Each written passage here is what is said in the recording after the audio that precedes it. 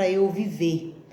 Igualdade, porque o que produzir, os direitos, os deveres, tudo precisa ser igual, precisa haver uma divisão maior. E fraternidade é porque nós somos todos humanos, nós somos todos irmãos. Então, esses três pilares, eles viram a base, a bandeira da Revolução Francesa. E também da inglesa, né? Mais especificamente da Revolução Francesa. Esses três ideários passaram a fazer com que as pessoas se unissem e buscassem uma nova forma de gerir, uma nova forma de governar a França. E esse ideário, ele esparrama pelo mundo, ele não fica só lá. Então, o povo começou a lutar por tudo aquilo que os faziam humanos. E uma coisa interessante, como eu disse para vocês há pouco, é que não ficou só na França, não ficou só na Inglaterra com a Revolução Inglesa e a Revolução Francesa. Esse ideário de igualdade, fraternidade e de liberdade, ele foi também para os Estados Unidos. Estados Unidos, América, colônia da Inglaterra. Então, os Estados Unidos tinham feito uma colônia de povoamento e para eles era muito interessante que eles tivessem o direito a ser livre, o direito a pensar em construir uma alternativa de governo, uma alternativa de produção, uma alternativa de leis, um conjunto de valores que os respeitasse enquanto pessoas e que não fossem considerados só um país que estivesse a serviço da Inglaterra. Então ela se estendeu por esse ideário, essa luta, ela se estendeu por continente americano, ou seja, para as colônias. E mais para frente, né, vai chegar no Brasil, vai chegar aqui nos países vizinhos. Então, nos Estados Unidos, começou-se a reivindicar o direito a eles serem cidadãos, a eles terem as regras, as leis deles. E na América do Sul, né, depois as rebeliões, né, e a construção da independência mais à frente. Então, até aqui nós podemos concluir que as declarações dos direitos humanos que nasce na França e na Inglaterra e depois se estende aos Estados Unidos, passa a ser, né, exemplo para as outras colônias, para os outros países da América do Sul. Essas primeiras rebeliões, elas produziram documentos. Então foi aí que saiu as primeiras declarações da França, da Inglaterra e dos Estados Unidos. Essas declarações, elas foram construídas pelo povo que dizia o que eles queriam, como deveria ser. Então o resultado dessas rebeliões foi essas declarações, foi esses documentos lavrados, né, escritos, traçados, e esses documentos eles registraram a luta desse povo e o seu anseio de ver, né, o seu direito de ser humano colocado em prática. E na contemporaneidade? Como é que está a questão dos direitos humanos mais próximo de nós agora, nos últimos 2 séculos e neste século? Então, nós vamos dar uma observadinha rápida, mais propriamente no século XIX. E nós vamos perceber que muito, né, ainda precisava ser feito. E essa construção de ser humano como ser de direito e de dever para com os seus pares estava só no começo. A desigualdade, a ambição, os espaços de guerra fazem com que muitas vidas sejam perdidas no início do século XIX. E, claro, né, no início do século XX. Então foram várias guerras, várias batalhas, a começar pelas revoluções na Europa, as revoluções na Inglaterra, na França, nos Estados Unidos e depois a Primeira e a Segunda Guerra no início do século XX. Aqui, né, no Brasil, nós tivemos uma participação também nessa guerra e nessa Segunda Guerra Mundial, e a gente conhece hoje, a gente vê pelos filmes, vê pelos escritos, vê pelos livros de história que houve muita vida, muita perca e muita injustiça.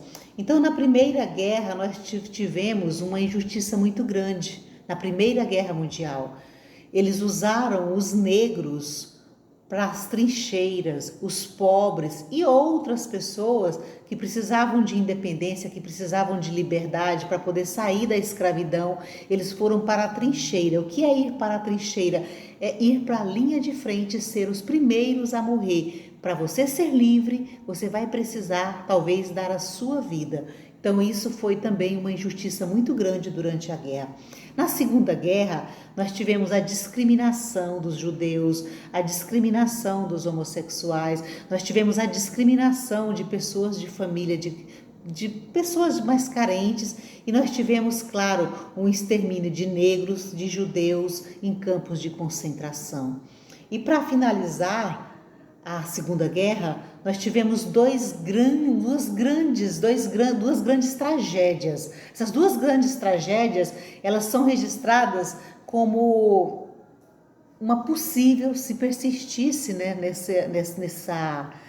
nessa prática, uma possível extinção dos seres humanos da Terra, na Terra, né, extinguir os seres humanos, né, de viver aqui na Terra, que foi as bombas químicas que jogaram em Hiroshima e em Nagasaki. Então, nesse momento, teve que fazer uma parada. A guerra já tinha parado, não havia necessidade de usar armas químicas para mostrar poder. Então foram vidas e contaminação de solo que até os dias de hoje tem consequência. Então isso aí fez com que as pessoas parassem e fizessem de novo uma reflexão. Veja que chegamos na contemporaneidade com uma atrocidade dessa, jogar bomba em cima de cidades e exterminarmos nações inteiras, inclusive futuras gerações. E o resultado, né, claro, foi muito ruim.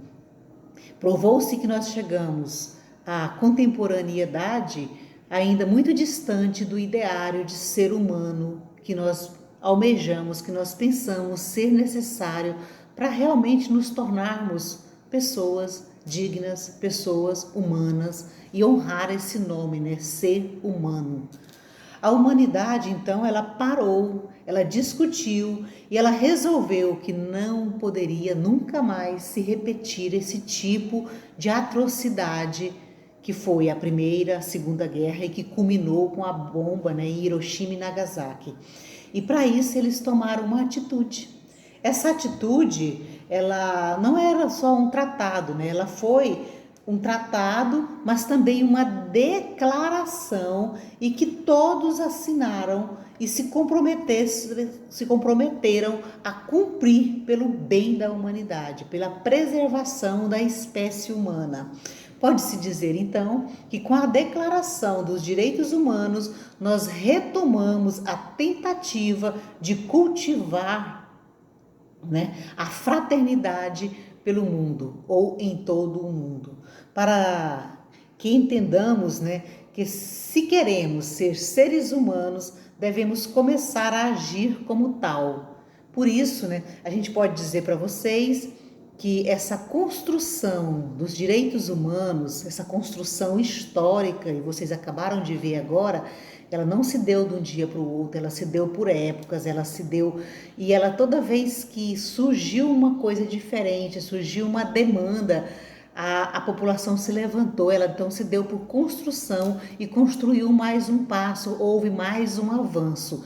O avanço, né, que a gente teve como marco na contemporaneidade foi a construção da Declaração dos Direitos Humanos, essa Declaração Universal, em que todos os países assinaram. O que significa assinar? Significa aderir, significa pegar para si como uma bandeira, pegar para si, fazer esse acordo, pegar para si, assumir um compromisso de construir, de preservar e de manter os direitos humanos, ok? Eu espero ter sido clara. O slide dessa aula estará disponível para vocês também lá no Live. E eu vou lançar mão da aula de um outro companheiro, né, que ele passou para mim, para, se for preciso, eu vou disponibilizar no WhatsApp de quem me pedir uma aula do professor Solon. Ele é muito bom, ele deu um curso de Direito Humano na USP e ele usou essa aula que eu me inspirei para, inclusive, ministrar minha aula de hoje. Tá? Eu quero agradecer a todos vocês, desejar uma boa noite, mas antes de ir embora, quero dizer para vocês que a atividade para essa aula de hoje vai estar no live, tá? E lembrando que conforme o acordado com vocês, né, colocado na aula de ontem, vocês terão um prazo para realizar essa atividade. Se passar muito desse prazo, a nota cai pela metade, tá? E se não cumprir o outro prazo dado, vocês só farão para garantir a frequência, tá? Uma boa noite para vocês, uma boa atividade para todos e até amanhã, tá ok? Boa noite.